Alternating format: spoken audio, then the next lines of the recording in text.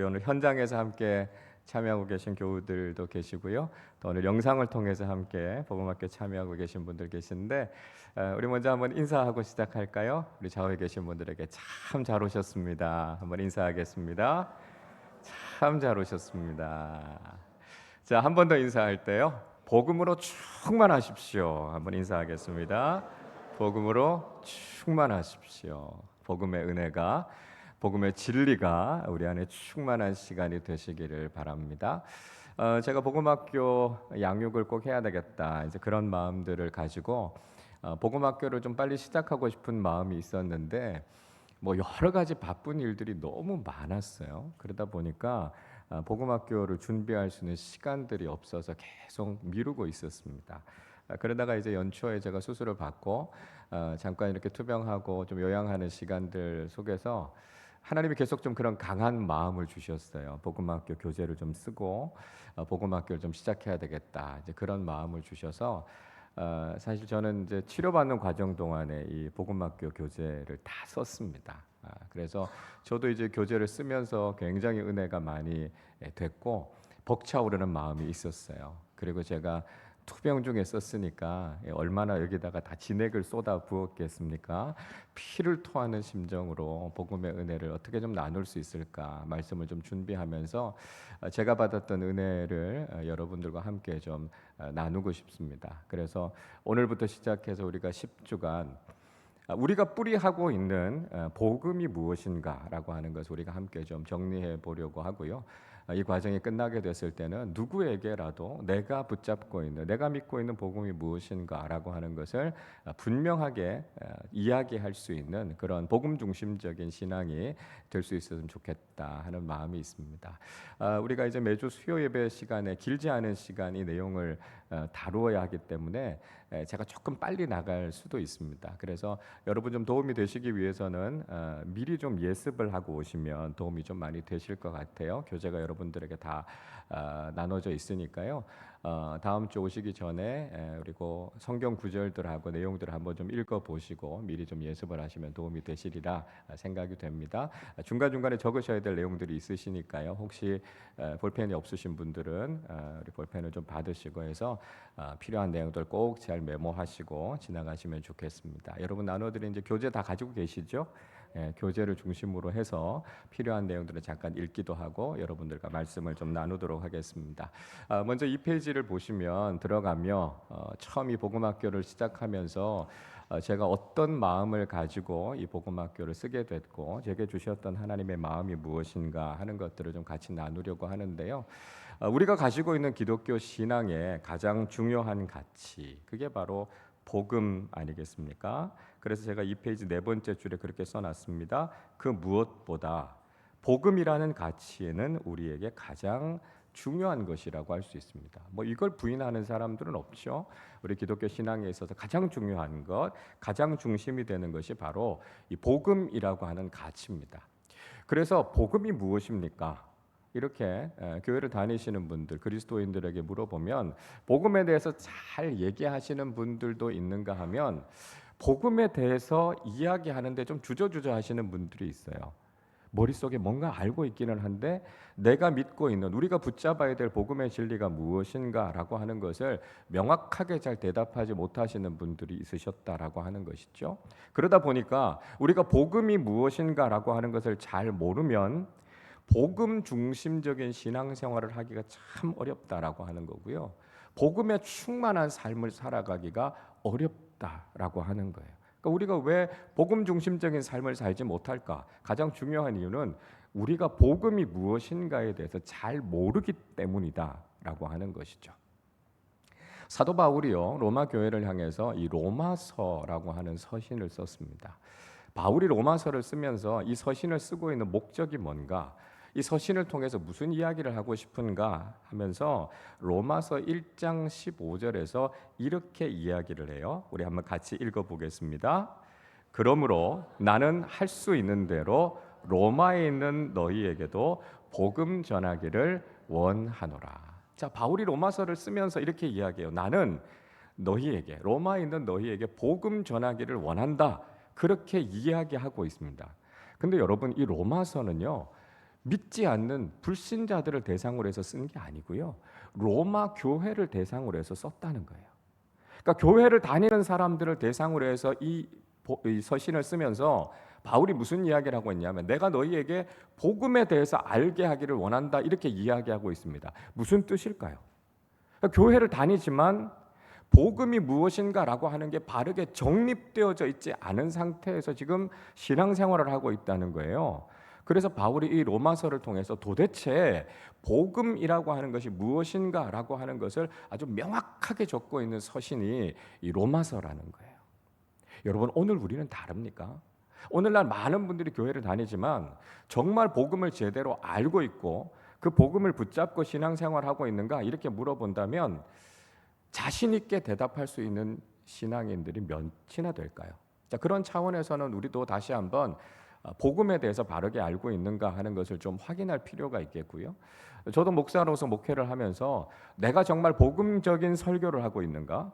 또 제가 목회하고 있는 교회에서 복음 중심적인 사역을 하고 있는가? 이걸 계속해서 다시 한번 돌아봐야 되겠다 이런 생각을 하게 됐습니다.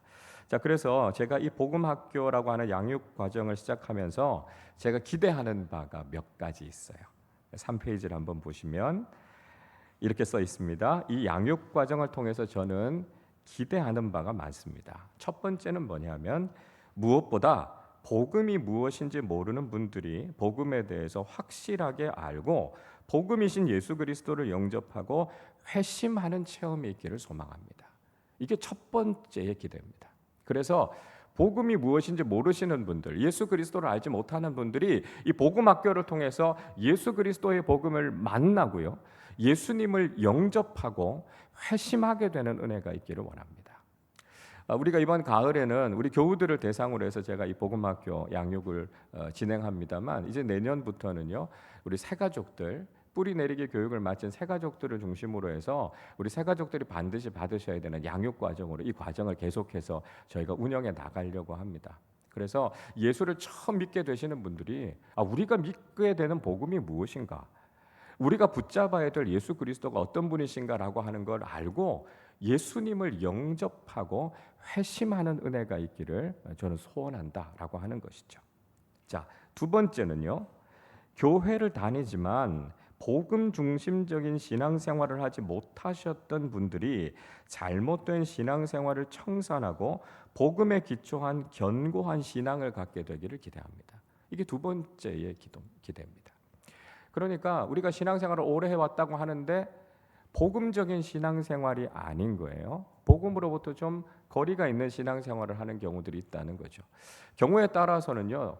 역사와 전통이 좀 오래된 교회에서 신앙생활 하시는 분들이 복음이 무엇인가에 대한 관심보다는 오랫동안 해왔던 신앙의 습관, 가져왔던 전통에 오히려 사로잡혀서 복음으로부터 좀 멀어지는 경우들이 있다는 거죠. 예를 들면 유대 종교 지도자들이 자기들이 가졌던 장로들의 전통을 따르기는 했지만 정말 하나님의 말씀으로부터는 멀어져 있지 않았습니까? 그게 오늘날 교회의 모습 속에서도 나타날 수 있다는 거예요. 그러니까 우리가 습관적으로 해왔던 우리가 전통이라고 생각했던 그것이 아니라 정말 복음이 무엇인가, 하나님의 말씀이 무엇인가 우리가 거기에 집중하면서 잘못된 신앙생활이 있으면 회개하고 다시 복음 중심으로 돌아와야 된다라고 하는 것이죠.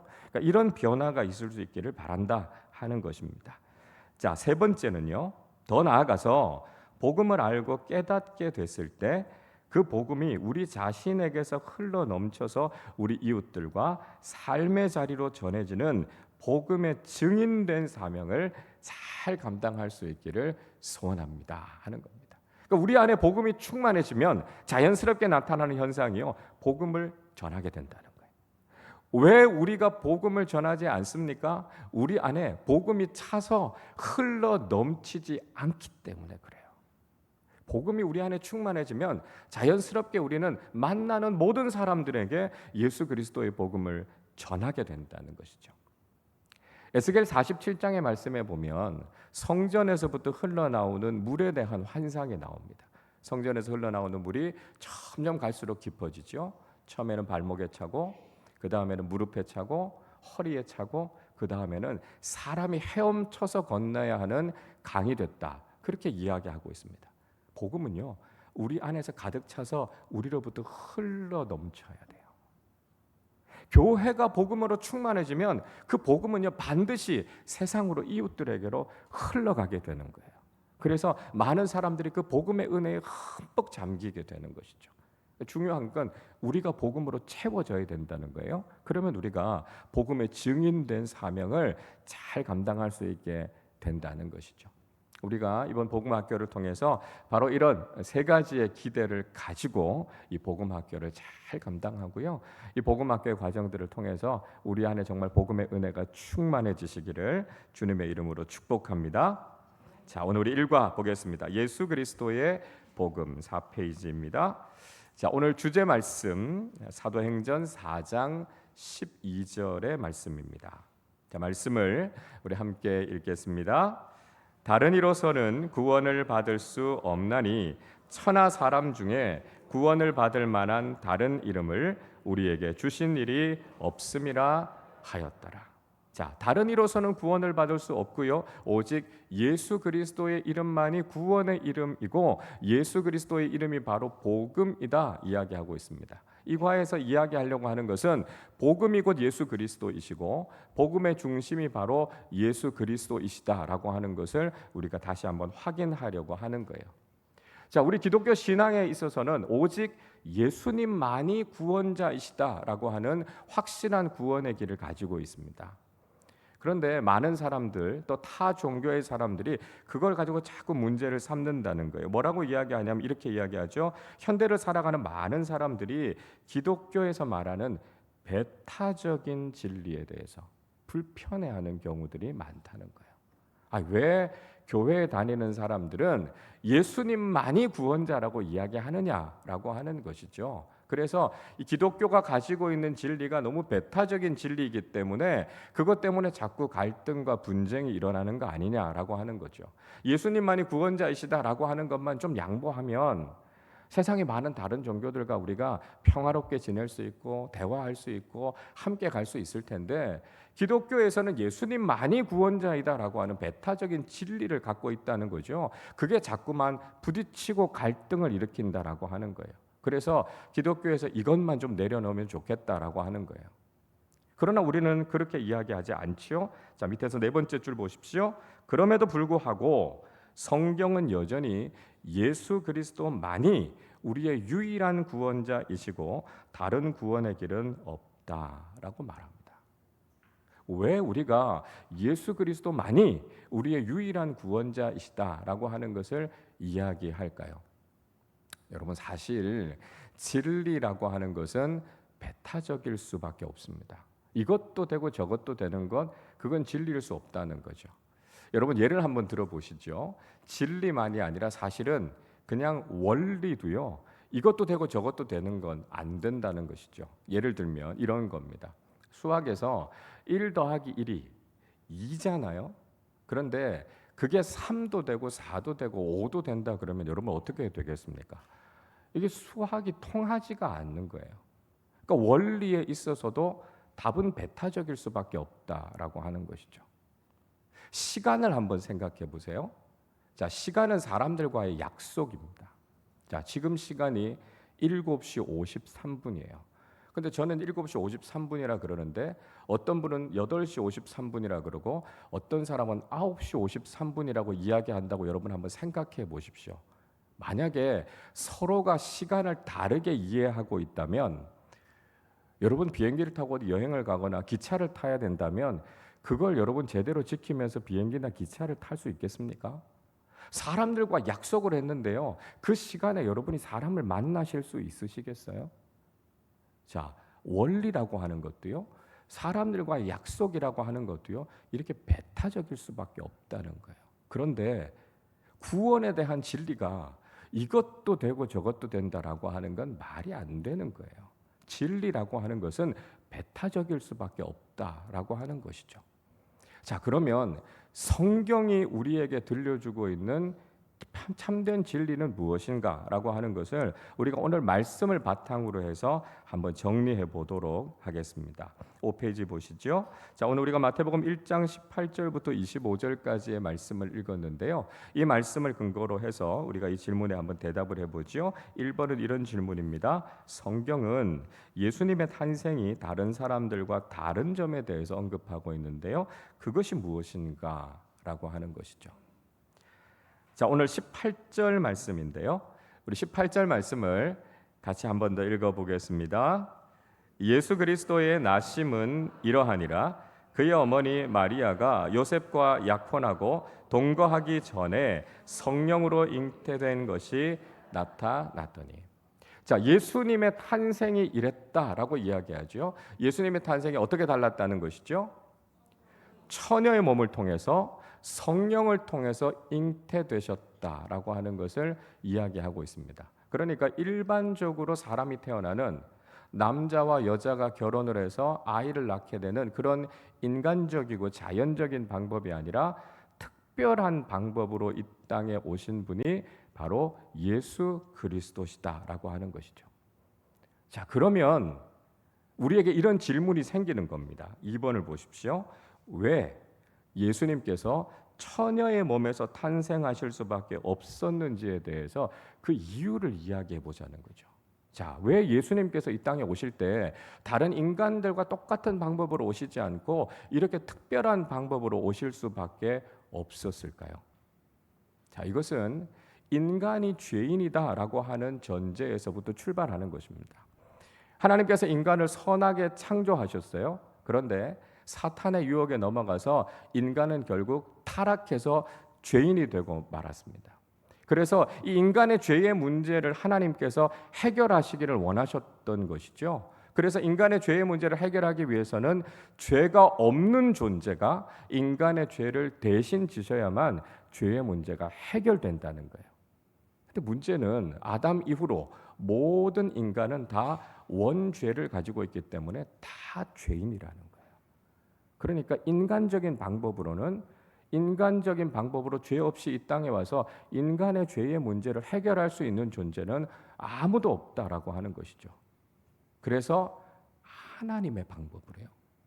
죄가 없이 탄생하시기 위해서 하나님의 특별한 방법으로 예수님께서 이 땅에 오실 수밖에 없으셨다라고 하는 것이죠.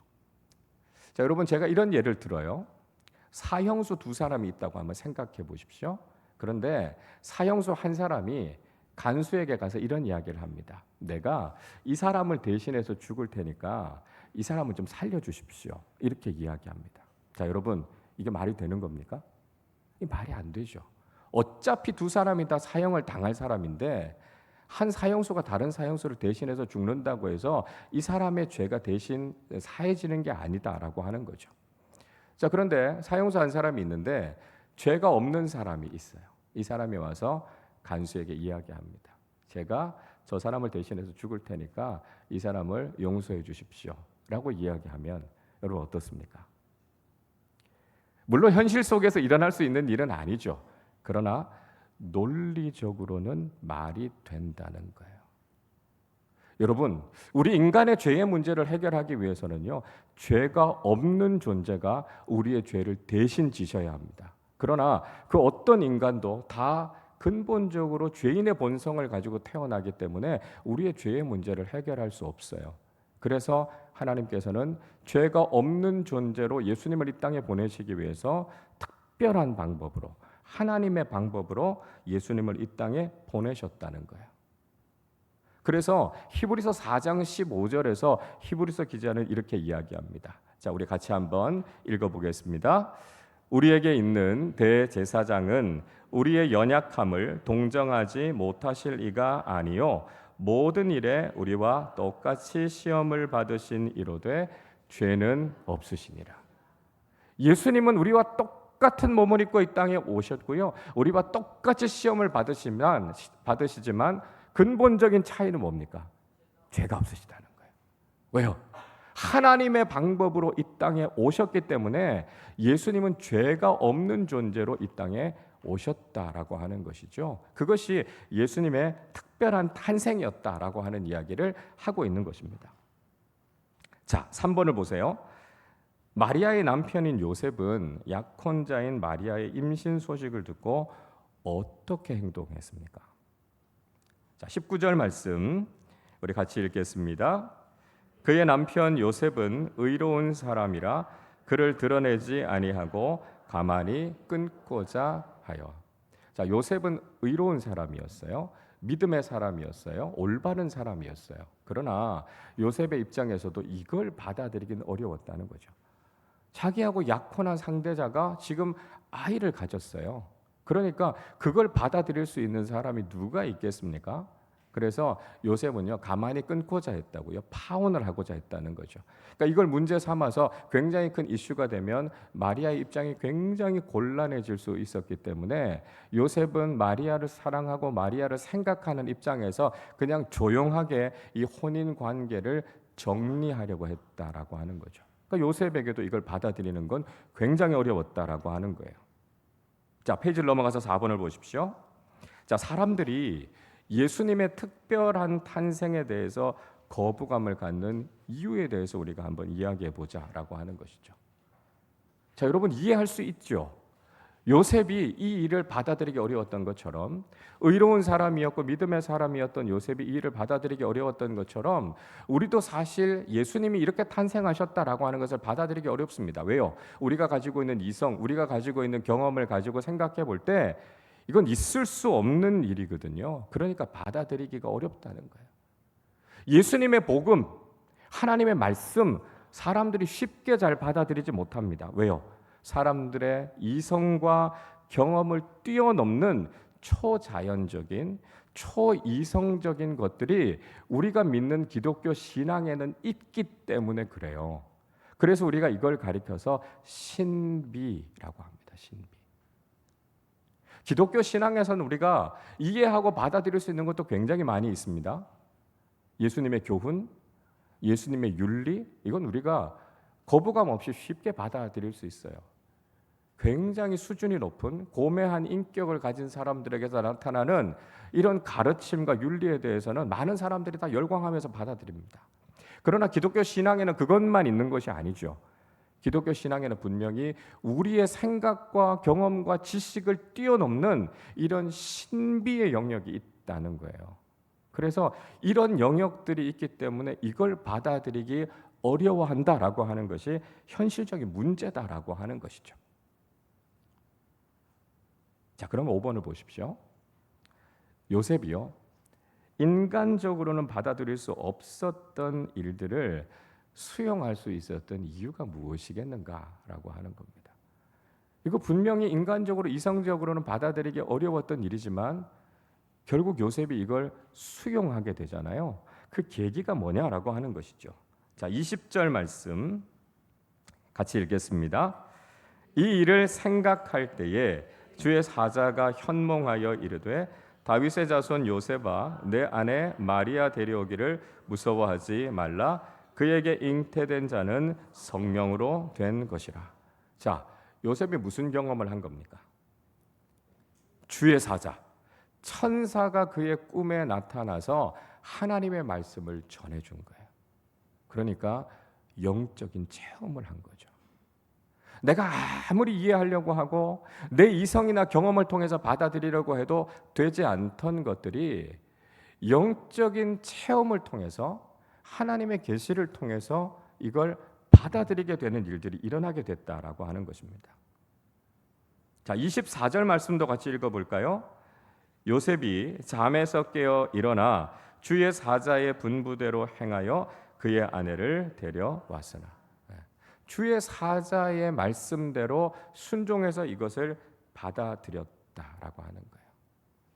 이성적으로는 받아들여지지 않고 경험으로는 우리가 수용할 수 없는 것들이었지만 우리가 영적인 체험을 통해서 또 믿음의 방식을 통해서 이것을 받아들이게 되고 수용하게 되는 것들을 경험하게 된다는 것이죠. 자, 6번을 보십시오.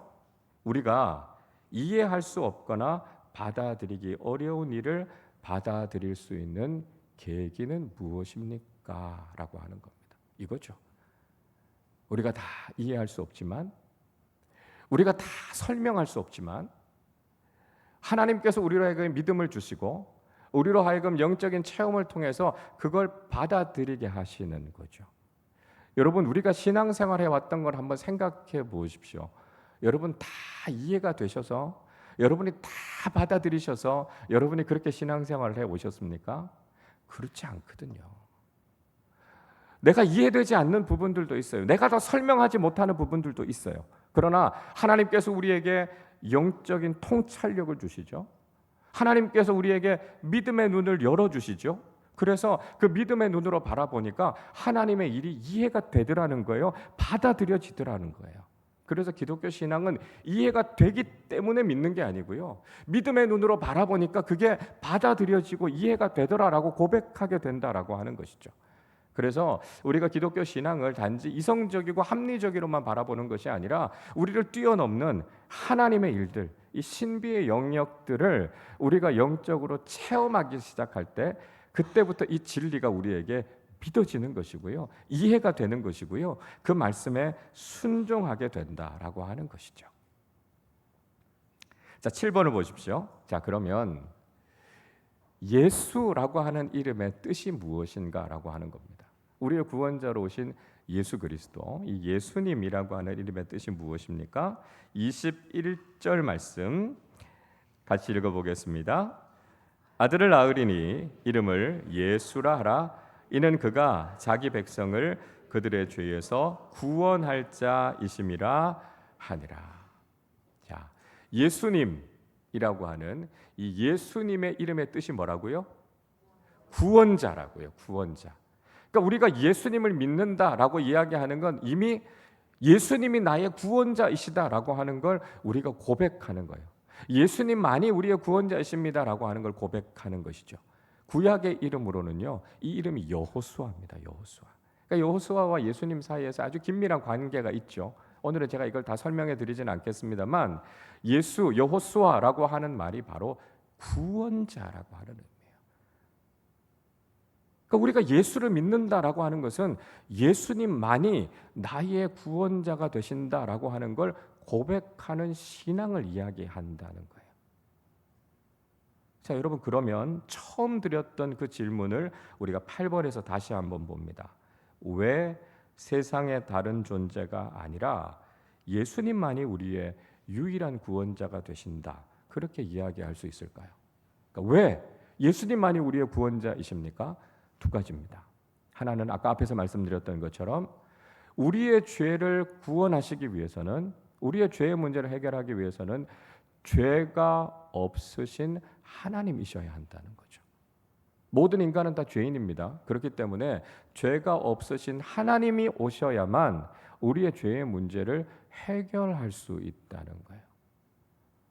그러니까 하나님의 방법으로 이 땅에 오신 하나님의 아들 예수님이 우리의 죄의 문제를 해결할 수 있죠. 1번입니다. 자, 또 다른 하나는요, 인간은 죄 때문에 죽어야 됩니다. 그런데 하나님은 죽으실 수 없잖아요. 죽으시면 하나님이 아닌 겁니다. 그래서 죽을 수 있는 존재로 이 땅에 오신 분이 우리의 구원자가 되시는 거죠. 그래서 하나님이신 예수님께서 죽을 수 있는 인간의 몸을 입고 이 땅에 오셨다는 것입니다. 그래서 예수님께서 바로 우리의 유일한 구원자가 되신다라고 하는 것이죠. 자, 여기에서 예수님에 대한 아주 중요한 교리가 나옵니다. 여러분 한번 적어 보십시오. 예수님은 참 하나님이시고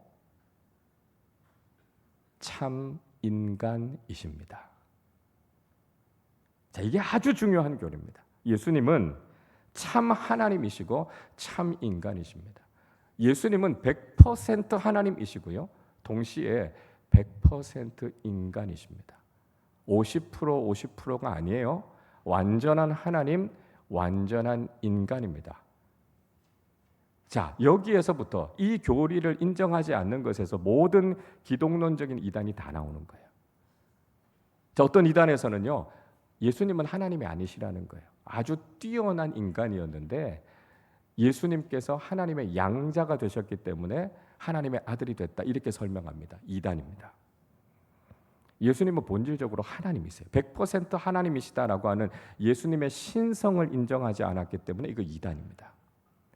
어떤 이단에서는요, 예수님이 진짜 인간이 되신 게 아니라 그냥 인간이 되신 것처럼 보여서 십자가 위에서 죽으신 것처럼 보였다는 거예요. 진짜 인간이 된 게 아니라 이게 영지주의입니다. 그래서 예수님께서 진짜 죽은 게 아니라 십자가에서 죽으신 것처럼 보였다라고 하는 이야기를 가현설 그렇게 이야기합니다. 이거 이단입니다.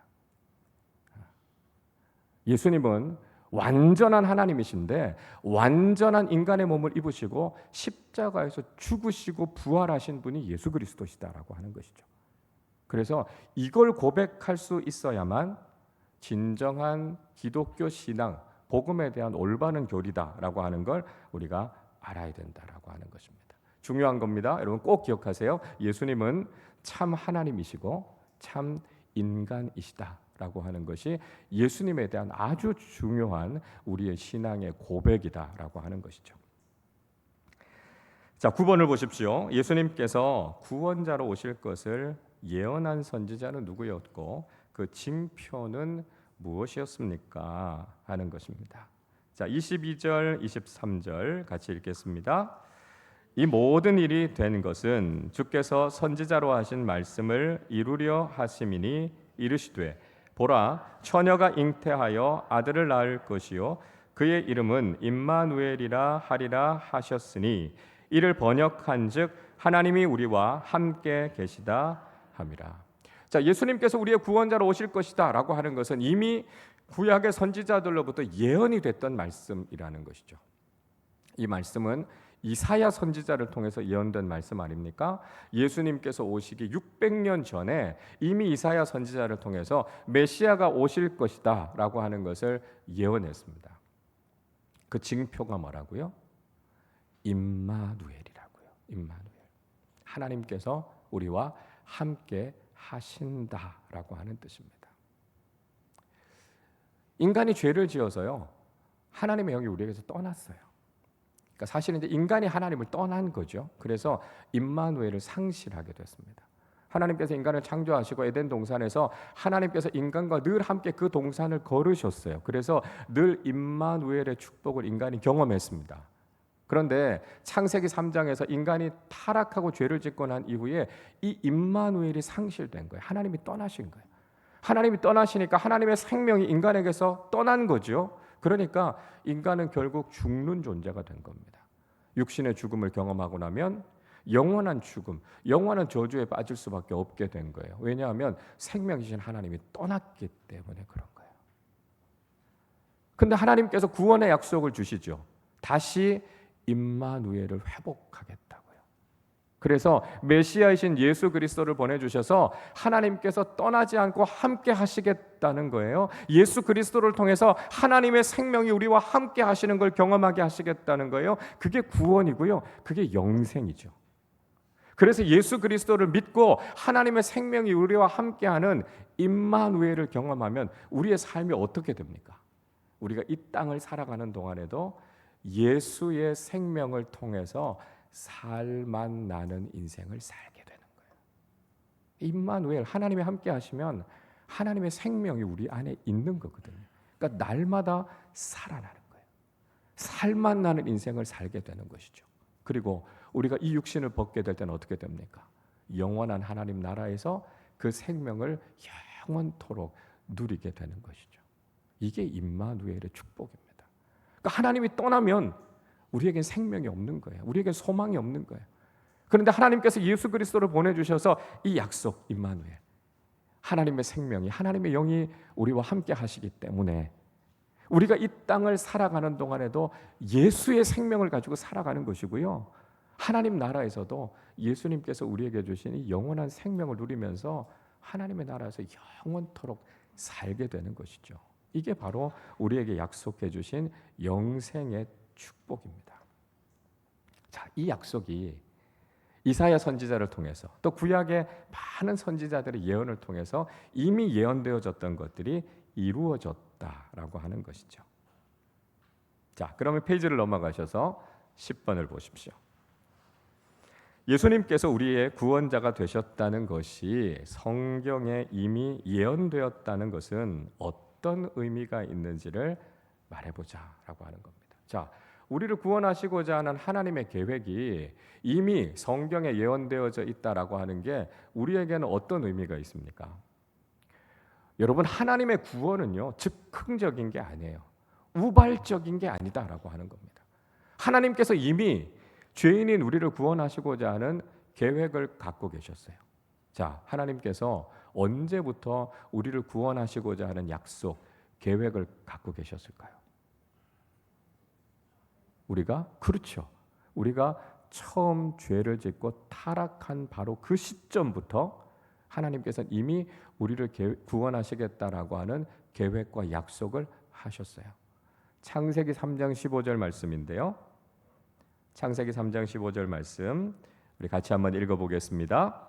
내가 너로 여자와 원수가 되게 하고 내 후손도 여자의 후손과 원수가 되게 하리니 여자의 후손은 내 머리를 상하게 할 것이요 너는 그의 발꿈치를 상하게 할 것이니라 하시고, 여자의 후손 예수 그리스도시죠. 메시아로 오실 예수님께서 뱀으로 형상화된 사탄을 멸하실 것이다, 구원하실 것이다 라고 하는 약속을 이미 창세기 3장에서 하고 계신다는 거예요. 우리가 이걸 가리켜서 원시복음 그렇게 이야기합니다. 최초의 복음이라는 거예요. 여러분, 하나님의 구원의 약속은요, 이미 처음 인간이 타락할 때부터 구원의 계획이 세워져 있어요. 그리고 예수님께서 오셔서 그 구원의 약속이 실현이 된 것이죠. 그러니까 하나님께서 계획하셨던 일들이 반드시 이루어진다는 거예요. 하나님의 말씀은 반드시 성취된다는 거예요. 그걸 믿는 우리는 어떻게 해요? 하나님의 말씀인 성경을 신뢰하는 믿음의 삶을 살아야 되는 거죠. 성경에 근거한 신앙생활을 해야 된다는 거예요. 하나님의 약속의 말씀은 반드시 이루어진다라고 하는 것을 신뢰하면서 믿음의 길을 걸어가는 거예요. 하나님의 약속은요, 반드시 이루어집니다. 하나님의 약속은 반드시 우리의 삶에 성취된다는 거예요. 그 믿음 가지고 약속의 말씀을 붙잡고 나아갈 때 그 말씀의 복이, 그 말씀의 약속이 우리의 삶에 이루어지게 된다라고 하는 것이죠. 자, 이렇게 오신 분이 바로 예수 그리스도시라는 거예요. 여러분에게 질문하겠습니다. 여러분, 참 하나님이시고 참 인간으로 이 땅에 오셔서 성경의 예언 그대로 오셔서 우리의 구원자가 되신 분이 예수님 말고 역사상에 또 있습니까? 만약에요, 하나님이시면서 인간이신 분이 이 땅에 오셨다라고 하면, 그래서 그분이 우리의 죄의 문제를 사하실 것이다라고 하는 예언의 말씀을 성취한 분이 계시다면, 예수님 말고도 다른 분이 우리의 복음의 대상이 될 수 있고요, 그 사람도 구원자가 될 수 있다고 이야기할 거예요. 그러나 역사상 그 누구도 예수님처럼 하나님이시면서 동시에 인간이 되셔서 하나님의 약속의 말씀을 성취해서 이 땅에 오신 구원자는 아무도 없습니다. 그래서 우리는 오직 예수 그리스도만이 우리의 구원자이시다라고 고백하는 것이죠. 그게 우리가 믿고 있는 참된 진리입니다. 성경이 우리에게 분명히 예수님만이 우리의 구원자이심을 분명히 계시해주고 있기 때문에 우리는 예수 그리스도 이외에는 구원자가 없다라고 하는 걸 고백하는 것이고요, 우리의 복음 전체는 바로 예수 그리스도시다라고 하는 걸 이야기하는 것이죠. 자, 예수님께서 이렇게 오셨다면 우리는 어떻게 예수님을 기다리는 사람이 되어야 하고, 우리는 예수 그리스도를 어떻게 고백하는 사람들이 되어야 할까요? 예수님 당시에 아주 경건한 신앙인이었던 시므온을 통해서 우리가 그걸 발견할 수 있습니다. 11번 문제를 보시죠. 시므온은 예수님을 어떻게 기다렸고 그분이 구원자이심을 어떻게 고백했습니까? 하는 것입니다.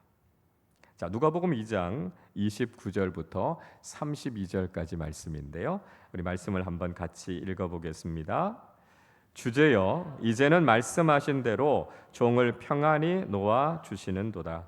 내 눈이 주의 구원을 보았사오니 이는 만민 앞에 예비하신 것이요 이방을 비추는 빛이요 주의 백성 이스라엘의 영광이니이다 하니. 자, 시므온이요, 아기 예수님을 안고 들어오는 예수님의 부모님을 만났고 그래서 그 아기 예수님을 품에 안고 그가 고백하는 것입니다. 그렇게 선지자들을 통해서 예언하셨던 구원자가 드디어 오셨다는 거예요. 그분이 바로 나의 구원자이시다라고 하는 것을 이야기한 거죠. 내 눈으로 주의 구원을 보았다고요.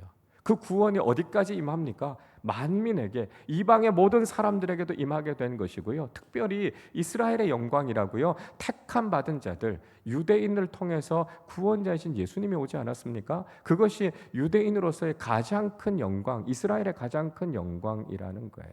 그래서 구원자이신 예수 그리스도를 만나고 그분을 영접하고 그분을 통해서 구원의 영광과 놀라운 하나님의 은혜가 임하게 됐다라고 하는 것을 우리가 감격적으로 고백할 수 있는 사람들이 되어야 한다라고 하는 것이죠. 자, 12번 문제입니다. 우리는 복음의 중심이 되시는 예수님만을 믿고 그분에 대해서 바른 고백을 하면서 살아가고 있습니까? 하는 것입니다. 성경이 분명히 우리에게 계시해주고 있는 예수 그리스도만이 우리의 구원자이시고 예수 그리스도만이 복음의 중심이시다라고 하는 것을 우리가 바르게 믿고 그 구원의 중심이 되시는 예수 그리스도를 우리가 바르게 고백하면서 살아가고 있는가라고 하는 것이죠. 그렇습니다. 예수님만이 우리의 구원자이시고 예수님만이 우리에게 주신 하나님의 은혜의 중심이 되시고 그렇기 때문에 우리는 오직 예수 그리스도만을 믿고 살아가는 믿음의 사람들이 되겠습니다. 예수님 중심의 신앙생활을 하겠습니다. 예수 그리스도의 복음으로 채워지는 신앙인으로 살겠습니다. 그 감격적인 고백과 흔들리지 않는 구원의 확신을 가지고 복음을 붙잡고 살아가는 사람들이 바로 그리스도인이다라고 하는 것을 우리는 날마다 고백하면서 살아야 된다는 것이죠. 이게 시므온의 고백만이 아니라 오늘을 살아가는 그리스도인인 우리의 고백이 되어야 한다는 것입니다. 나눠봅시다의 내용을 보시면 두 가지입니다. 첫째는 예수님이 어떤 분이신가라고 하는 걸 우리가 날마다 고백해야 된다는 것이죠. 우리 작은 교회 모임을 통해서도요, 우리가 큐티 나눔을 하는 자리들을 통해서도, 우리가 같은 소그룹 모임들을 통해서도요, 모일 때마다 나에게 예수 그리스도가 어떤 분이신가라고 하는 믿음의 고백을 여러분 하실 수 있기를 바라고요. 여러분 만나는 사람들에게 예수 그리스도가 어떤 분이신지를 전하면서 예수 그리스도의 복음을 나누는 사람들이 되시기를 바랍니다. 그리고 두 번째는 구원의 확신의 문제입니다. 예수님만이 나의 구원자이시다라고 하는 이 복음을 붙잡으면 우리가 구원의 확신에서 흔들리지 않습니다. 그런데 예수 그리스도의 복음에서 우리가 분명한 확신을 갖지 못하면 구원의 확신의 문제도 흔들리게 된다라고 하는 거예요. 그래서 오늘 우리가 함께 살펴본 것처럼 예수 그리스도만이 우리의 복음의 구원의 중심이시고 복음의 중심이심을 우리가 고백하는 신앙을 갖게 될 때 우리는 흔들림 없는 구원의 확신을 가지면서 살아가게 된다는 것이죠. 자, 10페이지에 새겨야 할 이야기 여러분 한번 읽어보시면 좋겠고요. 마틴 로이드 존스 목사님이 복음의 핵심에서 이렇게 이야기합니다. 가운데 부분을 제가 읽을게요. 우리들은 논리와 토론을 버리고 그분께 가서 직접 만나야 합니다. 이야기하고 있습니다. 그러니까 예수 그리스도를 가지고 사람들은 자꾸만 논쟁을 벌이려고 하고요. 토론을 하려고 해요. 아니요. 예수 그리스도는 우리의 믿음의 대상입니다. 우리가 이 복음을 가지고 논쟁할 것이 아니라 복음의 중심이신 예수 그리스도를 우리가 만나고 그 복음의 중심이신 예수 그리스도를 붙잡고 복음의 진리를 따라 살아가는 그리스도인들이 될 때 우리가 이 구원의 은혜에서 흔들리지 않고 하나님 나라를 소망하면서 나아가는 복음 중심적인 그리스도인들이 될 줄로 믿습니다. 자, 우리 오늘 함께 나눈 내용들을 생각하면서 잠깐 한번 찬양하고 같이 기도했으면 좋겠습니다. 여러분, 우리가 일생 붙잡아야 할 유일한 이름은 예수 그리스도입니다. 예수 그리스도 이외에는 구원의 이름이 없어요. 복음의 진리를 우리가 다시 한번 분명히 붙잡고, 그렇습니다. 일생 살아가는 동안 내 인생의 가장 중요한 이름 예수 그리스도를 고백하며 살아가는 사람들 되게 하여 주시옵소서. 우리 예수 가장 귀한 그 이름 함께 찬양하고 기도하도록 하겠습니다. 예수 가장 귀한 그 이름, 예수 가장 귀한 그 이름, 예수 언제나 기도 들으사 오 예수 나의 손 잡아주시는 가장 귀한 예수 찬양하기 원하네. 예수 찬양하기 원하네. 예수 처음과 나중 되시는 오 예수 날 위해 고통당하신 가장 귀한 그 예수 왕의 왕이 되신 주 예수 왕의 왕이 되신 주 예수 당신의 끝없는 사랑 오 예수 목소리 높여 찬양해 가장 귀한 우리 1절로 다시 한번 찬양할까요?